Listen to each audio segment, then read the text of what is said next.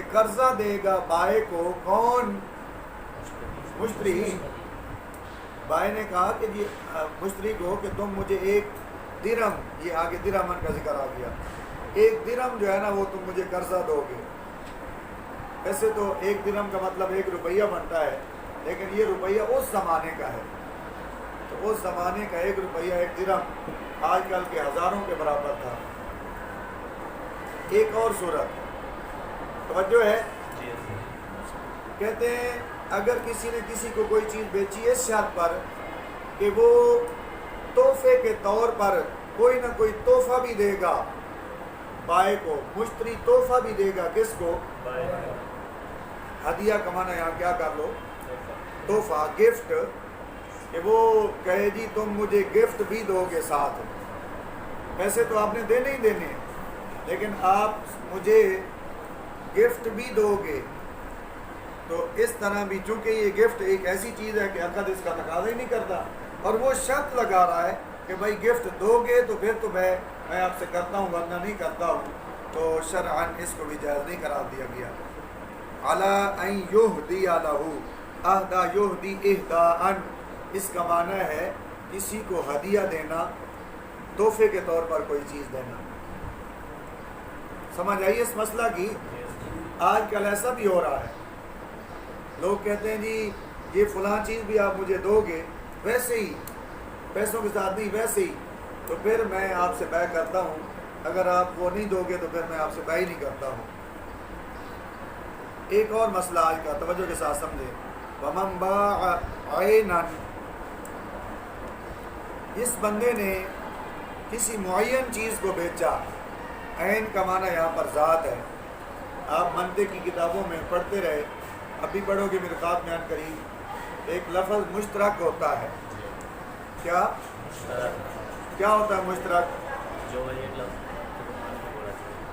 لفظ ایک ہی ہو، معانی کئی ہوں، معانی متعدد ہو، ایسے لفظ کو لفظ مشترک کہا جاتا ہے، کیونکہ وہ کئی معانی کے درمیان مشترک ہوتا ہے، اس وجہ سے اس کا نام ہی رکھ دیا گیا لفظ مشترک۔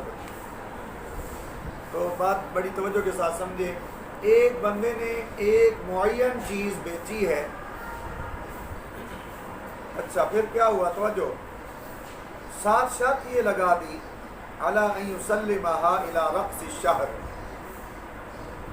چیز معین ہے کہ یہ جو چیز پڑی ہے یہ میں نے آپ کو بیچی، لیکن ساتھ ہی یہ شرط لگا رہا ہے کہ میں یہ آپ کے حوالے کروں گا 1 مہینہ بعد، میں آج کر رہا ہے لیکن اس کی جو قبضہ ہے مبیعہ پر وہ کہتا ہے جی مہینے بعد آپ کو قبضہ ملے گا۔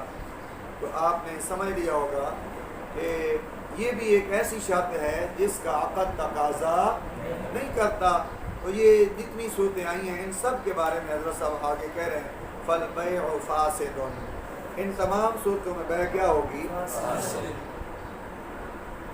اکبر۔ چلو آگے دیکھیں، جس بندے نے بیچا باندی کو، ساتھ ہی انہوں نے آج کل کے ماحول کے مطابق کی بات کر دی، بھائی آپ کہیں کہ آج کل تو باندیوں کا زمانہ ہی نہیں رہا، ساتھ ہی کہتے ہیں او دابتن، یا کوئی 4 پائی بیچی، 4 پایا کی بجائے 4 پائی، مذکر اور مؤنث کا فرق کر لینا، 4 پائی کا مطلب ہے کوئی بھینسا نہیں، کیونکہ بھینسے کا تو حمل نہیں ہوگا، کوئی بھینس بیچی یا کوئی گائے بیچی، بکری بیچی، تو اس طرح کا کوئی جانور بیچا، اور وہ تھا وہ جانور جو ہے وہ حاملہ تھی، ہمارے علاقوں میں اس کو کہہ دیتے ہیں گبھن، تو وہ اس طرح کی تھی اور وہ نظر آ رہا تھا کہ یہ واقعی حاملہ ہے۔ بیچنے والے نے کہا جی ٹھیک ہے یہ ہم نے بھینس تو آپ کو بیچ دی، لیکن اس کے اندر جو بچہ ہے نا وہ ہم نے آپ کو نہیں بیچا، وہ ہمارا ہی ہوگا، جیسے یہ بچہ جنے گی تو وہ بچہ جو ہے ہم آپ سے لے لیں گے۔ لگتا ہے زمانہ جاہلیت میں، بلکہ آج کل بھی ہو سکتا ہے لوگ اس طرح بیع کرتے ہوں گے، تو اس کو جائز نہیں قرار دیا گیا۔ ترجمے پر غور کریں. سمجھ آیا مسئلہ سب کو؟ کہتے ہیں جس بندے نے بیچا کسی باندی کو، باندی حاملہ تھی اور ساتھ ہی کہہ دیا کہ باندی تمہیں بیچ دی لیکن اس کا حمل نہیں بیچا، جو بچہ پیدا ہوگا وہ ہمارا ہوگا. یا اس نے بیچ دیا کسی چارپائے کو، الا حملہا، آپ نے ناو امیر میں پڑھا تھا الا استثناء کے لیے حرف استثناء ہے، تو مطلب یہ کہ اس نے اس کے حمل کا استثناء کر لیا. تو آگے کہتے ہیں فسد البیع، بیع کیا ہو جائے گی؟ اچھا یہاں میں آپ کو اس طرح یہ اصول سمجھا دوں ایک، جس کے مطابق یہ ایک جزی بن جائے گی. کسی بھی چیز کی، جانور کی خاص طور پر بیع کرنا، اور بیع کرتے وقت اس کی کسی ایسی عضو کا استثناء کر لینا کہ جو عضو اس کے ساتھ متصل ہے، ملا ہوا ہے، کہ وہ اس سے جدا نہیں ہوتا، کسی ایسے عضو کا استثناء کرنا اس کو جائز. تو جو حمل ہوتا ہے وہ بھی سمجھو اس کے ساتھ متصل ہی ہے، اس سے منفصل نہیں ہے. منفصل اس وقت ہوگا جب وہ بچہ پیدا ہو جائے گا، جب تک حمل ہے تو پھر تو متصل ہی ہے نا. اسی طرح مثال میں آپ کو دیتا ہوں کہ وہ کہے جی یہ جو کٹا ہے یہ ہم نے آپ کو بیچا اور آپ لے کے جا رہے ہو اس کو ذبح کرنے کے لیے، گوشت بیچنے کے لیے، تو ٹھیک ہے یہ کٹا ہم نے آپ کو بیچ دیا، مگر اس کے جو کھرے ہیں نا وہ ہم نے آپ کو نہیں بیچے. کھرے سمجھتے ہو؟ وہ کھراوڑے. لہذا جب اس کو تم ذبح کرو گے اس کے بعد جو اس کے پاوے ہوں گے وہ پاوے ہمارے ہی ہوں گے. تو پاؤں کا استثناء کر لینا یا اس کے سر کا استثناء کر لینا.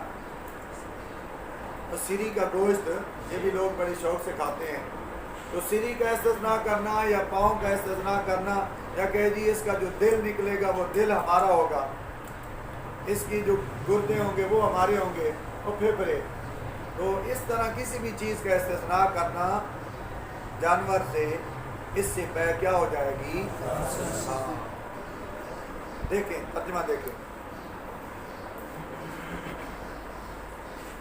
جس بندے نے بیچا کسی باندی کو یا چارپائے کو مگر اس کے حمل کو نہ بیچا، یعنی حمل کا استثناء کر دیا، تو فسد البیع، بیع کیا ہوگی؟ ایک اور مسئلہ آئے کے مطابق، جس بندے نے خریدا، منشترا ہے نا، جس بندے نے خریدا کسی کپڑے کو،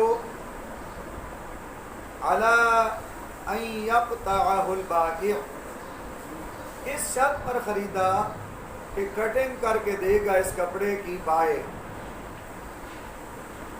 مشتری بائع کو کہتا ہے جی میں تھوڑے کو کپڑا تو لینا لیکن میری ایک شرط ہے کہ اس کپڑے دی کٹنگ بھی تسی خود ہی کر کے دے ہوگے.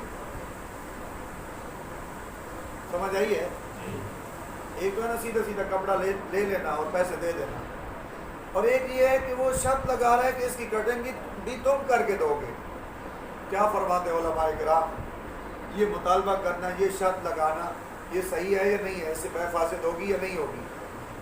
تو یہ سارا مسئلہ آپ کے سامنے ابھی آتا ہے، توجہ رکھیں اچھی طرح سے.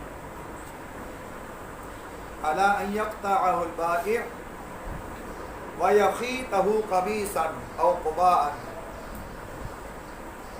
خاطا یخیط خیطا، اس کا معنی ہے سلائی کرنا. تو مشتری کہتا ہے جی اس کپڑے کو تم کاٹو گے بھی اور ساتھ سلائی بھی کر کے دو گے، تو پھر میں آپ سے خریدتا ہوں، ورنہ میں نہیں خریدتا ہوں. آپ سمجھدار بیٹھے ہیں، آپ کو پتہ ہوگا کہ آج کل تو اتنی کپڑے کی قیمت نہیں ہوتی جتنی سلائی کی قیمت بن جاتی ہے نا. ایسے 500 کا اگر سوٹ ہے 600 کا تو 1000 روپے اس کی سلائی ہے.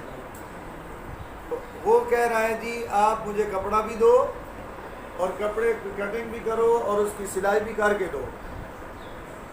اس لیے آپ ذہن میں لائیں کہ اس طرح کی جو شرط لگا رہا ہے اس سے حکم کیا ہوگا وہ آگے آپ کے سامنے آتا ہے بعد میں.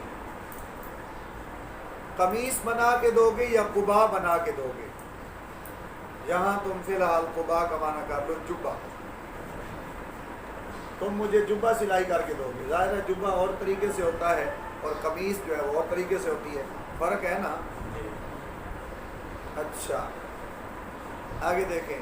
اور نعلن، یا اس نے خریدی نعل، نعلن کا عطف ہے صوبن پر. اس شرط پر خریدی کہ ایک نال کو دوسری نال کے برابر بنا کے دو گے. یہ نالین جو آپ لفظ سنتے رہتے ہو، پہلے زمانے میں جو چمڑے کے جوتے بنے ہوئے ہوتے تھے انہی کو ہی نالیں کہا جاتا تھا. نبی کریم صلی اللہ علیہ وسلم کی نالین شریف ہیں، ان کی آپ نے تصاویر دیکھی ہوں گی. اسی زمانے میں بادشاہی مسجد کے اندر وہ تھی اور پھر وہ چوری ہو گئی، تو آج تک ان کا سراغ نہیں ملا. بہرحال خوش نصیب ہیں وہ لوگ جنہوں نے ڈائریکٹ ان کی زیارت کر لی. خوش نصیب تو وہ بھی ہیں جنہوں نے نبی کریم صلی اللہ علیہ وسلم کے منہ مبارک جو ہے ان کی زیارت کی. منہ مبارک اب بھی وہاں پر پڑے ہیں. تو اور بھی کچھ تبرکات ہیں بادشاہی مسجد کے اندر، لیکن اب کرونا کی وجہ سے وہ اندر ہی نہیں جانے دیتے. اندر کرونا بیٹھا ہے، اندر نہ جائے. اچھا، اس شرط پر کہ تم اس کے برابر اس کو برابر کر کے دو گے، اس کے برابر دوسری بھی بنا کے دو گے. اور یشرع کہا، یا اس کو ٹانکے لگا کے دو گے. کیا کر کے دو گے؟ سلائی کر کے دو گے. اب تو خیر وہ جوتے جو ہیں اس طرح کے آگے ہیں، بڑے مضبوط قسم کے ہوتے ہیں. کچھ عرصہ پہلے جو ہے نا، وہ جب دکان سے جوتا لیتے نا تو اس جوتے کو سلائی کرانا پڑتا تھا. سلائی کرانا سمجھ رہے ہو؟ موچی کو لے جاندے، موچی پھر دھاگے نال ہوتی سلائی کر کے دینا، وہ نال پھر وہ مضبوط ہو جاتا. اب دکاندار سے وہ جوتا خرید رہا ہے، ساتھ اس کو یہ مطالبہ کرتا ہے کہ جناب اس کی تم سلائی بھی خود کر کے دو گے، پھر میں آپ سے خریدتا ہوں. فالبیع فاسد، ان سب صورتوں میں بیع کیا ہے؟ فاسد ہے، کیونکہ یہ ایسی چیزیں ہیں کہ عقد ان کا تقاضا نہیں کرتا. لہذا درزی سے اس طرح کے مطالبے کرنا ان کو جائز نہیں قرار دیا گیا. چلو ایک دو مسئلے اور دیکھیں، جلدی جلدی بات ختم کریں. توجہ رکھیں، نئے روز اور مہر جان تک بیع کرنا یہ بھی بیع جائز نہیں ہے.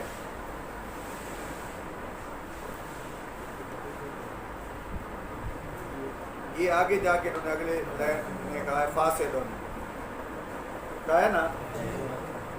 نئے روز اور مہر جان کیا ہیں؟ یہ دو خاص دن تھے. نبی کریم صلی اللہ علیہ وسلم جب مدینہ طیبہ میں تشریف لائے نا، تو لوگ جو ہیں وہ اپنے گھروں سے باہر نکلا کرتے تھے اور باہر جا کے نا اپنی آبادی سے باہر جا کے خاص خاص مقامات تھے وہاں پر خوب جو ہے نا مزے اڑایا کرتے تھے، میلہ لگاتے تھے، شراب عام چلتی تھیں، گانے والی باندیاں اور زناکاری، اس طرح کے سارے معاملات عام ہوتے تھے. اور وہ ان کو اپنی عیدوں کا نام دیتے تھے. وہ کہتے تھے جی عید کے دن عید والے دن جو مرضی کیتی رکھو، کوئی پچھانڈا سنا رہا، کوئی بولتا سنا. جس طرح آج کل بھی جہل قسم کے لوگ جیسے عید والی رات آتی ہے، چاند رات آنے تھی ویکھے ہو سی کتنی بے حیائی تے فحاشی تو یعنی ہوں گی اس رات. تو بہرحال وہ لوگ انہوں نے نیروز اور مہر جان یہ 2 دن بنائے ہوئے تھے سال کے اندر. نبی کریم صلی اللہ علیہ وسلم جب تشریف لائے تو آپ نے فرمایا یہ کیا ہے؟ انہوں نے کہا جی ہمارے میلے کھاڑے کے دن ہیں. سرکار نے فرمایا مسلمانوں کے لیے اللہ تعالیٰ نے ان 2 دنوں سے بھی بہترین 2 دن عطا فرما دیے ہیں، ایک عید الفطر کا دن اور ایک عید الاضحیٰ کا دن. ان 2 سے بھی بہترین عیدیں اللہ نے عطا فرما دی. بہرحال یہاں پر مسئلہ آ رہا ہے نیروز اور مہر جان کا حوالہ دیکھ کے کہ کوئی بندہ کہے جی نیروز تک میں بیع کرتا ہوں یا مہر جان تک بیع کرتا ہوں، یہ جائز نہیں ہے. آگے اس کی بینس تو وجہ یہ بیان کی گئی کہ اس میں جو ہے نا دھوکہ بازی ہو سکتی ہے کہ یہ دن آگے پیچھے بھی ہو سکتے ہیں. تو وہ ہو سکتا ہے جب آگے پیچھے ہوں گے تو ان کی آپس میں لڑائی جھگڑا ہو جائے، وہ کہے ایسے 2 اتنے دن ہو گئے، وہ کہے گا نہیں. اسی طرح ایک اور مسئلہ صوم نصارہ تک اور فطر یہود تک، وہ کہے جی میں آپ سے بیع کرتا ہوں، مشتری کہے آپ مجھے یہ چیز بیچ دیں لیکن پیسے میں اس وقت دوں گا جب نصارہ روزے رکھیں گے. عیسائی جب روزے رکھیں گے پھر آپ کو پیسے دوں گا. جب وہ کہے جب یہودی لوگ جو ہیں روزے کھولیں گے، فطر کا معنی ہے روزہ ختم کرنا، کھولنا، اس وقت آپ کو پیسے دوں گا. تو اس کی دو صورتیں ہیں. اگر تو ان کے روزے رکھنے کا یا روزے کھولنے کا دن معلوم ہو جائے، تاریخ معلوم ہو جائے کہ فلاں تاریخ کو انہوں نے روزے رکھنے ہیں یا کھولنے ہیں، جیسے ہم مسلمانوں کا معلوم ہو جاتا ہے نا باقاعدہ، تو اگر معلوم ہو جائے پھر تو چونکہ اب معلوم ہو گئی مدت، پھر تو کوئی مسئلہ نہیں. لیکن کہتے ہیں اذا لم یعرف المتبایعان، جب متبایعان کو پتہ ہی نہ ہو کہ وہ کب روزے رکھیں گے یا وہ کب کھولیں گے یا روز کب ہوگا، مہر جان کب ہوگا، ان کو پتہ ہی نہ ہو کون سی تاریخ ہوگا، اس صورت میں کہتے ہیں ذالک فاسد. تو اس طرح کی بیع کرنا کیا ہے؟ فاسد ہے. تو یہ ساری بیع فاسد کی صورتیں چل رہی ہیں نا. تو اس میں جو ابھی آپ نے پڑھا اس میں یہ آیا کہ اگر وہ مدت رکھنی بھی ہے تو مدت معلوم ہونی چاہیے، مجہول نہیں ہونی چاہیے، ورنہ بیع فاسد ہو جائے.